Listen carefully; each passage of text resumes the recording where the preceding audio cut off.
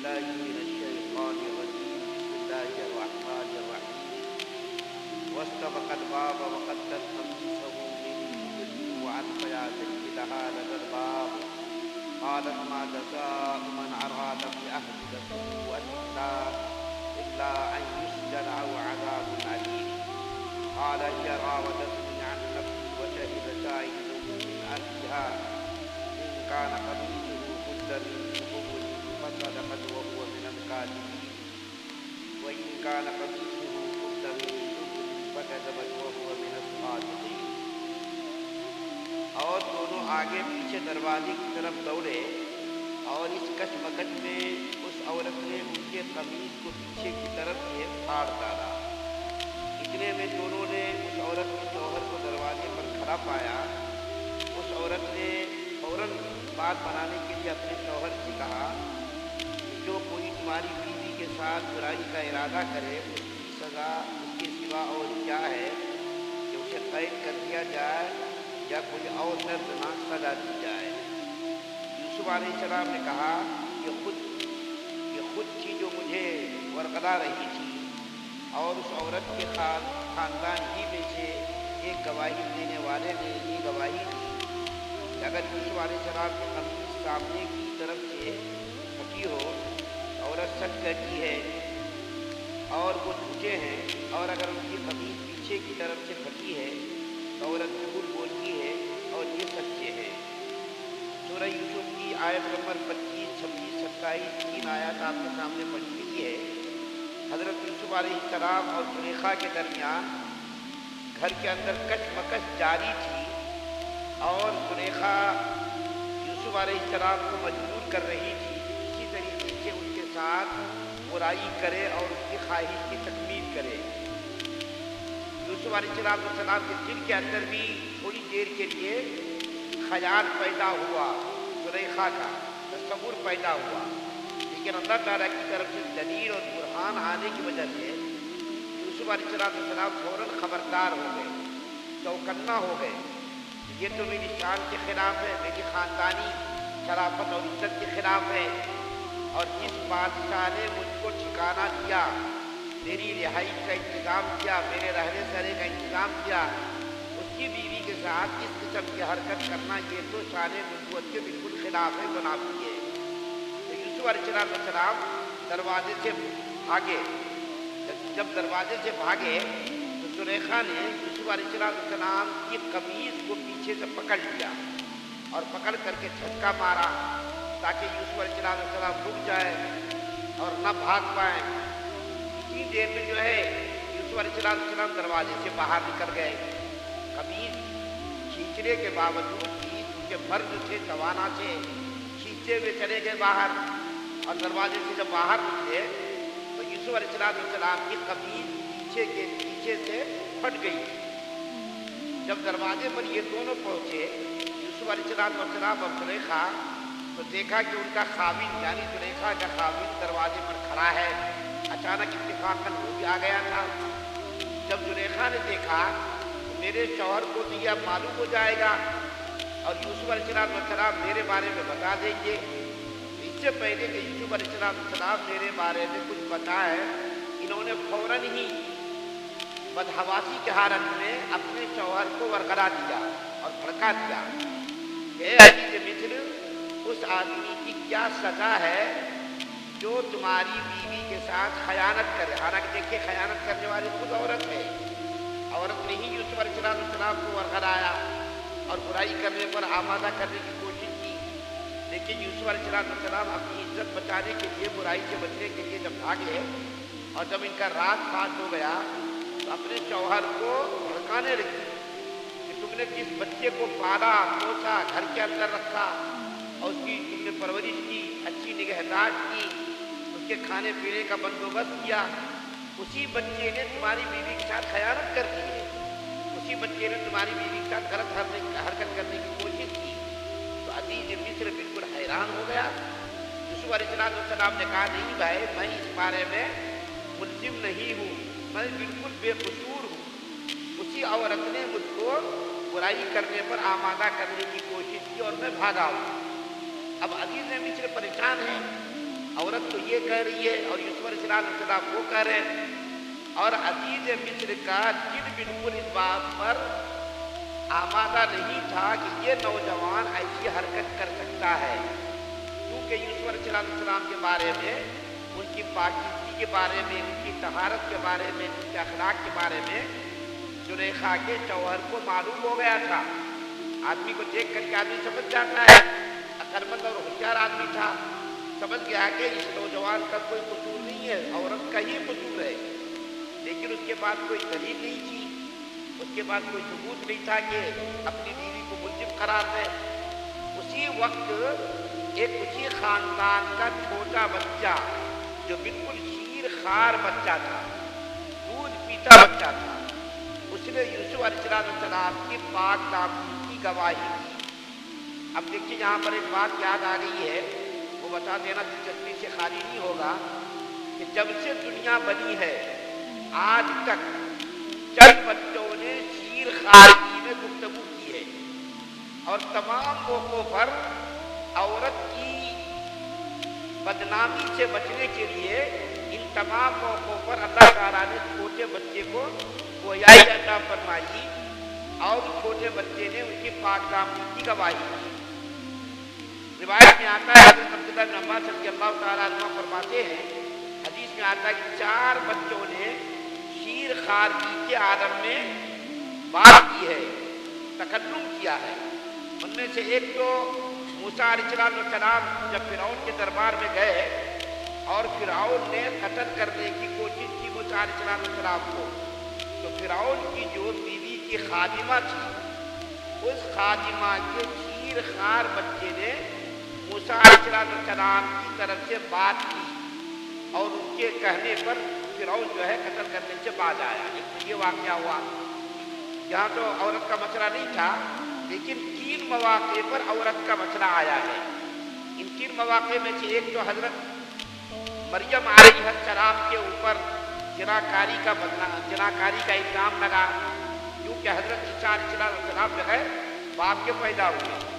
جب بغیر باپ کے پیدا ہوئے، اللہ تعالیٰ نے اپنی قدرت سے حضرت عیسیٰ علیہ السلام کو بغیر باپ کے پیدا کیا، اور اللہ تعالیٰ یہ بات بتانا چاہتے تھے کہ میں ہر چیز پر قادر ہوں۔ آدم علیہ السلام کو دیکھو، میں نے بغیر ماں اور باپ کے پیدا کیا، مٹی سے ان کا پتلا بنایا، مجسمہ بنایا، اس کے اندر روح پھونکی، اور بغیر ماں باپ کے وہ پیدا ہو گئے۔ اور حضرت حوا علیہ السلام بغیر ماں کے پیدا ہوئی، اور عیسیٰ علیہ السلام کو اللہ تعالیٰ نے بغیر باپ کے پیدا کیا۔ ان تمام طاقتوں کا مظاہرہ اللہ تعالیٰ نے ان موقعوں پر کیا کہ میں بغیر ماں باپ کے بھی پیدا کر سکتا ہوں، بغیر ماں کے بھی پیدا کر سکتا ہوں، بغیر باپ کے بھی پیدا کر سکتا ہوں۔ تو جب عیسیٰ علیہ السلام پیدا ہوئے تو بنی اسرائیل نے مریم علیہ السلام کو بدنام کیا، تہمت لگائی، زناکاری کی تہمت کہ یہ کہاں سے بچہ آیا، تمہاری شادی ہوئی نہیں۔ تو ظاہر بات ہے نعوذ باللہ تم نے غلط کام کیا، اور اسی غلط کام کا نتیجہ یہ عیسیٰ علیہ السلام کی شکل میں آیا۔ تو اسی وقت اللہ تعالیٰ نے حضرت عیسیٰ علیہ السلام جو بالکل چند دنوں کے تھے، روایتوں میں آتا ہے 40 دن کے تھے یا چند گھنٹوں کے تھے، اتنی کم عمر میں حضرت عیسیٰ علیہ السلام نے بات کرنی شروع کر دی۔ قال انی عبد اللہ آتانی الکتاب وجعلنی نبیا وجعلنی مبارکا اینما کنت واوصانی بالصلاۃ والزکاۃ ما دمت حیا، کہ اللہ تعالیٰ کا میں بندہ ہوں، اللہ تعالیٰ نے مجھ کو نبی بنایا، نماز کی تاکید کی، زکوٰۃ کی تاکید کی، اور میری یہ خوبیاں ہیں، اللہ تعالیٰ نے مجھ کو کتاب دیا۔ اسی شیر خواری کے وقت جو ہے حضرت عیسیٰ علیہ السلام نے اپنی ماں کی پاک دامنی کی گواہی دی کہ میری ماں نے کوئی غلط کام نہیں کیا، بلکہ اللہ تعالیٰ کی قدرت کا یہ کرشمہ ہے، اللہ تعالیٰ کی یہ کرشمہ شادی کا اللہ تعالیٰ نے بغیر ماں کے مجھ کو پیدا کیا۔ تو عیسیٰ علیہ السلام نے شیر خواری کے دنوں میں اپنی ماں کی تہمت کی تردید کی۔ اور ایک اور واقعہ، حضرت جریج جو بہت بڑے بزرگ گزرے بنی اسرائیل میں، ایک مرتبہ یہ نماز پڑھ رہے تھے، ان کی ماں نے ان کو آواز لگائی، اے جریج اے جریج، لیکن حضرت جریج کیونکہ نماز میں تھے، اب یہ کشمکش میں پڑ گئے کہ میں اپنی ماں کی بات کا جواب دوں یا نماز مکمل کروں۔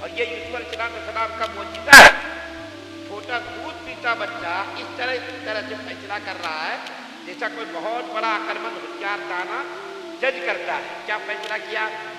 اے عزیز مصر، یوسف علیہ السلام کی پھٹی ہوئی قمیص دیکھو، آگے سے پھٹی ہے پیچھے سے پھٹی ہے. آگے سے اگر پھٹی ہے تو اس کا مطلب یہ ہے کہ یوسف علیہ السلام زلیخا کے ساتھ برائی کرنے کا ارادہ کر رہے تھے اور زلیخا نے مزاحمت کی. اس مزاحمت کے نتیجے میں آگے کا کرتا پھٹ گیا اور یوسف علیہ السلام ملزم ہیں. اور دیکھو پیچھے سے اگر کرتا پھٹا ہے، پیچھے کا حصہ پھٹا ہے، تو اس کا مطلب یہ ہے کہ یوسف علیہ السلام پاک دامن ہے. زلیخا غلطی پر ہے. یہ زلیخا نے پیچھے سے اس کرتے کو کھینچا، اس کھینچنے کے نتیجے میں وہ قمیص جو ہے پھٹ گئی. جب لوگوں نے دیکھا کہ یوسف علیہ السلام کا کرتا آگے سے پھٹا ہے یا پیچھے سے پھٹا ہے تو پتہ چلا کہ پیچھے سے پھٹا ہے. عزیز مصر بالکل سمجھ گیا فوراً، اور عزیز مصر اس کہانی کو، اس بات کو سمجھ گیا اور کہنے لگا اے یوسف علیہ السلام جانے دو، کہ عزت کی بات تھی، عزت کا مسئلہ تھا. تو عزیز مصر کہنے لگا یوسف علیہ السلام جانے دو، قصے کو یہی ختم کرو. اور اپنی بیوی سے کہنے لگا کہ اس کا ذکر آگے آئے گا. یوسف علیہ السلام کو کہا سمجھا کر کے آگے جان مسئلے کو ختم کر دو. اتنی بڑی جو ہے بادشاہ کی بیوی اگر اس طرح کی حرکت کرے تو ظاہر بات ہے کتنی بڑی بدنامی ہوگی. اور بدنامی ہوئی آگے، جس کا ذکر قرآن کے اندر ہی آئے گا کہ وہ بدنام ہوئی. اور بدنامی کو صاف کرنے کے لیے زلیخا نے کیا کام کیا اس کا ذکر آگے آئے گا. تمہارے غیر ان آیات میں اللہ تعالیٰ نے یوسف علیہ السلام کی پاک دامنی کی بات بتائی ہے کہ زلیخا نے کرتے کو کھینچا، جس کی بنیاد پر کرتا پھٹ گیا. اور ایک بچے کی گواہی سے یوسف علیہ السلام کی پاک دامنی کی وضاحت ہو گئی کہ یوسف علیہ السلام نے غلط حرکت نہیں کی، خیانت نہیں کی، بلکہ یہ زلیخا کی ہی بدماشی تھی، زلیخا کی ہی شرارت تھی. اللہ سبحانہ اللہ زیادہ